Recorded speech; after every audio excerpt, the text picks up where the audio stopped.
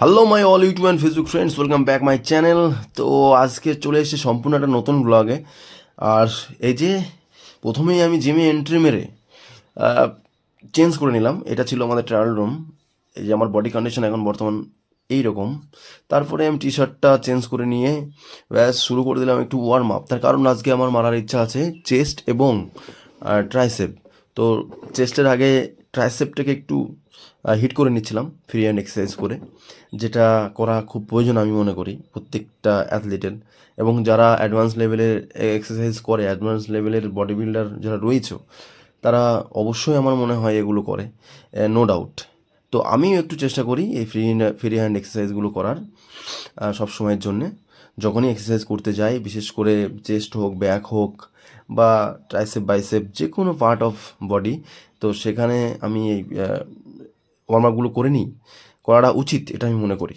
তো তারপরে আমি শুরু করে দিলাম প্রথমেই ডাম্বেল প্রেস চেস্টের জন্যে। তার কারণ আমার ন্যাচারালি আমি শুরু করি ব্রেন স্পেস দিয়ে, কিন্তু ব্রেন স্পেসে এতটাই ভিড় রয়েছে আজকে। তার কারণ কিছুদিন পরে আমাদের জিমে ব্রেন স্পেসের একটা কম্পিটিশন হতে চলেছে, যেটা আমাদের জিম অর্গানাইজড করতে চলেছে অক্টোবর মাসে 2 থেকে 4 তারিখ পর্যন্ত 2026-এর।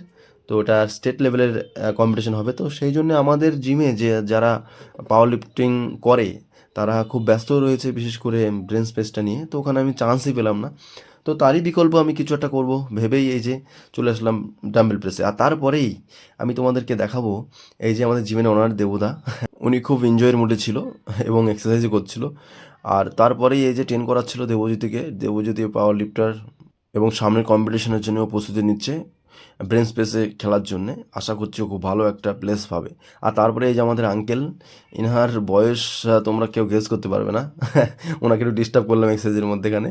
আঙ্কেলের বয়স 55 প্লাস।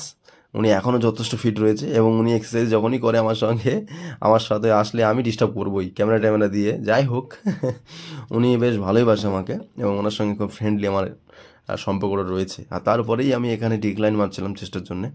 আমার লাস্ট এক্সারসাইজ ছিল এটা।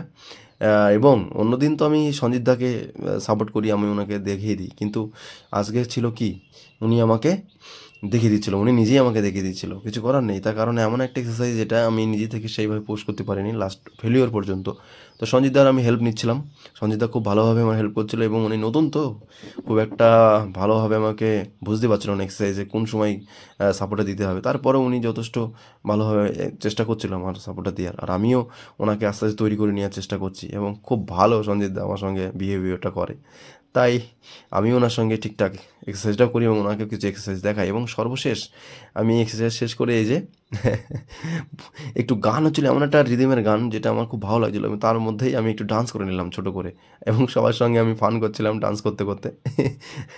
সবাই অবাক হচ্ছিলো যে কী ব্যাপার, আমার আবার কী আজকে কী হলো। তারপরেও আমি এই যে জিম শেষে বাড়ি আসার আগে একটু ডান্স করে নিলাম এবং মাইন্ডটাকে আরও ভালোভাবে ফ্রেশ করে নিলাম। তো এই ছিল আজকে আমার জিমের ব্লগ, এবং দেখা হচ্ছে তোমাদের সঙ্গে পরবর্তী নতুন ব্লগ নিয়ে। ততক্ষণ সবাই তোমরা সুস্থ থাকো, ভালো থাকো এবং ফাটিয়ে এক্সারসাইজ করো। দেখা হচ্ছে পরবর্তী ভিডিওতে। চলো।